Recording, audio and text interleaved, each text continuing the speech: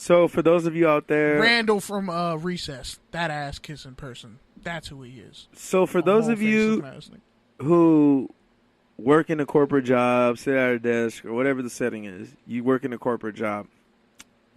You know all that corporate propaganda that this place is like family, this place is like, this company really cares about its people, stuff like that. But they fired like a dude who worked there for 50 years on Christmas Eve. When you come into that as an outsider, you know, you see the flaws in it. You're skeptical of it. You don't really understand it because you know different. Whatever your experience is, whether you quit a job, whether you got fired, whether you just got your former job didn't want to match what this new job was offering you. So, you know what? You're not buying the hype. But to someone who has been there forever, it really is like family with them because they've had trips and they've gotten birthdays celebrated and they've gone and had drinks with friends and they've seen friends come and go and stayed in touch and they've made friends and they've made networks. And to them, their company is a part of their identity. And for Roger Goodell, for those of you who don't know Roger Goodell's story, he literally started as an intern there. Worked his way up all the way to commissioner. Actually penned a note like on one of his first days saying he wanted to be a commissioner and the head of this whole company. And he made it. Regardless of if that was because he's white and he has money and he's a great white education. Male. Besides that fact, still a great story either way. Because it depends on who's the villain and who's the hero. Either way, it's a great story just from the outside. Whatever. Intern to the top of the company. So can I ask a quick question? So let me finish my story. All right, go ahead. The point is, Roger Goodell is so ingrained in it that he doesn't see he's lost the very qualities that have helped him ascend this far. And that's really what Mike Freeman said, and that's pretty much what you said. And it's happening before our eyes because guess what? As you said, he's going to get canned, and the next Roger Goodell, whoever that may be, is going to come and take over. And hopefully he's a lot more like Adam Silver, someone you actually want to like kick it with, have a beer with, talk about sports, and not a shady used car salesman lawyer who's going to put something in the contract where you somehow get finessed out of your car like when you miss your first payment. Yeah, and he owns like the rights to your firstborn child or some crazy shit. I'm just going to say this. Sometimes eating ass is a benefit. In his case, in the long run, it probably won't be. In the corporate world, it is. And no, it depends on who you are. Listen, man, let's not feel too sorry for Roger Goodell because he's still cashing zero sympathy in my heart because he's still cashing a $40 million check. So let's just make that clear. We're not feeling sorry. I feel negative. My credit score plus your credit score times 3. That's how little I feel for him right now. My credit score is actually not that bad. All right, next topic. Zack Martin cash out, got a new deal. I think it was like what? Was it 84 or 64 million? 84 million, 40 million guaranteed with a $20 million signing bonus. Hey, okay, KB. Signer. That, I can't speak. $20 million signing Can't bonus. take a compliment. I give you a compliment and just throws up everything. I need to be criticized. Nah, I really don't. No, I'm just kidding. But, yeah. Shout out to the big hog Molly. So you got a taker tangent on it? Yes. I have somewhat of a taking a tangent. This goes to show when you know your value and you know they have to pay you, that's a sweet spot. That's what most people want in life. Like that when you got like your job and your higher ups by the balls or whatever non-conforming whatever. I don't know. I'm not smart enough to talk about this. Whatever you have them by, and you get what you're worth, it's a sweet day. Personally, I wish you would have got like $60 million guaranteed. I don't see how you can fully guarantee Kirk Cousins' contract, but you don't fully guarantee, Zack Martin, who's probably going to be a Hall of Famer one day. That's just weird to me. But hey, he got what he got. For a guard, that is a lot of money. And luckily, Nate Soldier's contract pretty much reset the offensive line market. Like, he gets like $19 million a year. Like, it's great that like these linemen the numbers are coming up for linemen and running backs. That's why someone needs to hold the line. Shout out to Le'Veon Bell. I think my tangent on it is bringing it back to Aaron Donald. I think you can really see the difference in ownership here because Martin is in a similar situation where he's probably the best player at his position. Definitely. He still has a couple years left where he doesn't need an immediate extension. But Jerry Jones is the Dallas Cowboys. The Dallas Cowboys are Jerry Jones. So he understands Zack Martin is an extension of himself and everything that he's built. So he's willing to take a chance and to maybe pay money when he doesn't have to because he values Zack Martin and he values the Cowboys.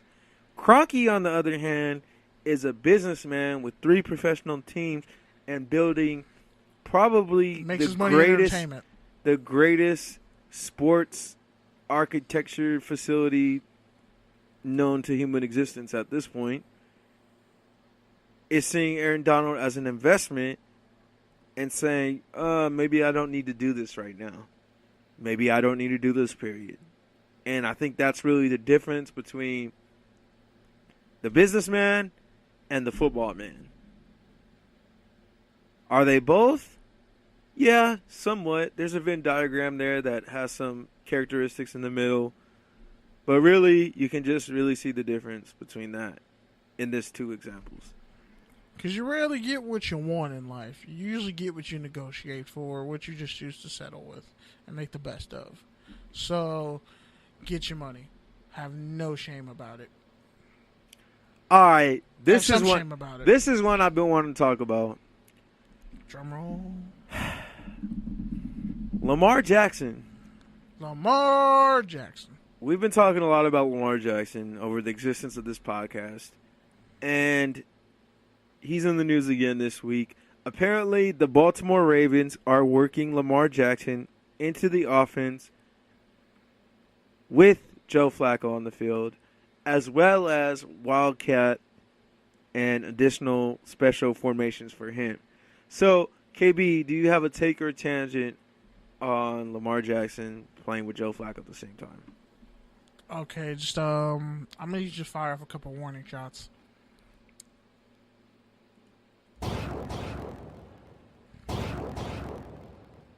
And then just come in, just boo. Just boo. I need you to boo.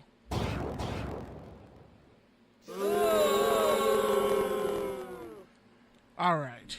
I hope you established that. And Pete's mistiming on the boards. I'm kidding. Bro runs the board 2 weeks in a row and he thinks he's a champ.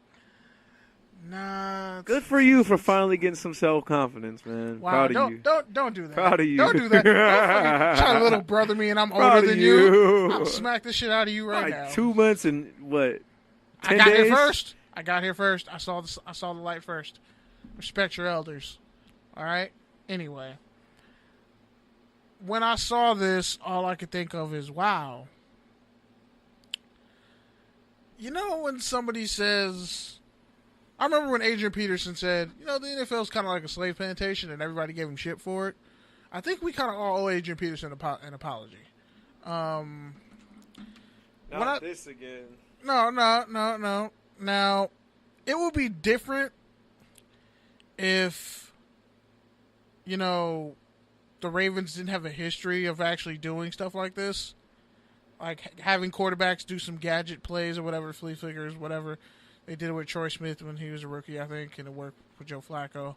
But in this particular case, knowing the sensitivity around the fact that everyone wants to treat Lamar Jackson, or some people, especially Bill Polian's old, crinkly, wrinkled-up ass, you want to treat him as if he's some offensive weapon instead of an actual quarterback. And we know in the climate where more people are starting to call out and say, you're treating the black guys who are quarterbacks like on a much shorter leash. The same way guys like Warren Moon, yeah, I said Warren Moon, Joe Gilliam, Even Randall Cunningham got treated as pretty much gadget players. Cordell Stewart, to say the least. Certain cats, you treat them like gadget players instead of actually letting them develop and grow in their craft. I got an issue with that because let's say Lamar Jackson tears his ACL running a route, a meaningless route in, I don't know, the middle of June. Then A, you just ruined your franchise quarterback. Or did you even see him as that? Since he tore his ACL, we might just have to keep him at receiver full time, or let him return kicks. You treat him like Brad Smith. I feel like it's a cop out to even open this door, and they shouldn't even do it. If I was him, I'd be like, hell no, I'm not running a route. I'm not doing a reverse. No, you can kiss my ass. If this is Joe Flacco's team, let Joe Flacco run the offense. I don't need to be out there. Redshirt me.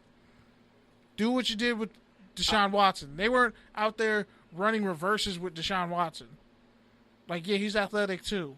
And he did a couple read option plays, but it's not even read option. It's like, oh yeah, you're lining up as a gadget player, as a receiver, running a route or getting the ball, and you're a rookie. You're already saying he has a slight frame. Like, you're setting this kid up for failure, and I don't like it. And it's a built-in excuse to draft another quarterback later, a white quarterback, and be like, well, we tried with Lamar. It wasn't really working. He didn't develop as a passer. Maybe because you tried to play him as a wide receiver, asshole. Well, first off, they're not playing them as wide receivers, so don't make it feel like that. I know what you mean.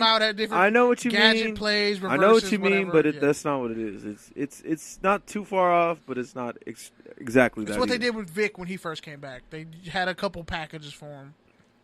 So I still don't like it. I actually read a good piece from Mike Tanier earlier today of Bleacher Report, which basically kind of went into the whole history of this whole thing happening. And the synopsis of it is, it never works. Like, for anybody. It never works for the incumbent starter, and it never works for the gadget QB.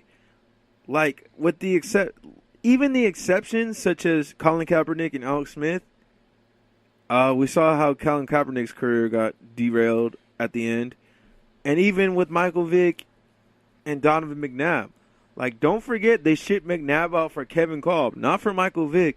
And it was only when Kolb got hurt that Vick got put in. So pretty much, and the history goes on, even with Vick and Geno Smith. Killed Geno Smith's confidence, which is at an all-time low. I mean, like, horrible. Isn't that like a group? Isn't that like literally a group called All-Time Low? Should that just be a new segment? Geno Smith's confidence is like West Virginia's court. This podcast you know what this podcast isn't like? The lineage of West Virginia quarterbacks in the NFL. Shout out to Pat White. Anyways, back to my point. Even with Tebow and Mark Sanchez, it didn't work. Trash. Every time Mark Sanchez would get into a rhythm, Tebow would come in, mess it up, and let's be real, Mark Sanchez didn't always get into rhythm. So, does he even have rhythm? The other thing, Randall Cunningham, as you mentioned, I think they said he took like 70 sacks or something ridiculous. 72 sacks. Ridiculous for Buddy Ron Ryan Jaworski. Wasn't an offensive coach. For Ron Jaworski, basically coming in packages.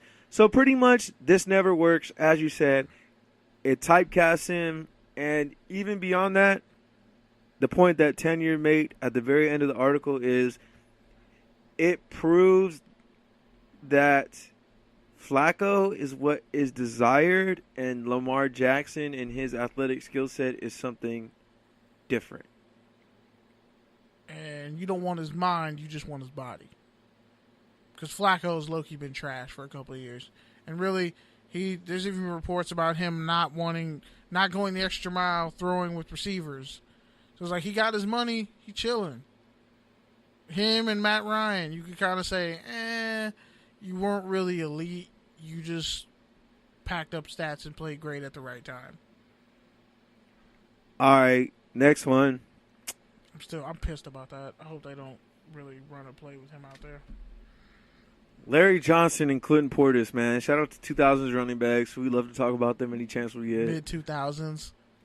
They actually did a PSA for the NFL rookies this week, basically talking about mental illness and talking about money, finances, all that stuff, being a pro. And they sat down and did an article with Bleacher Report as well, basically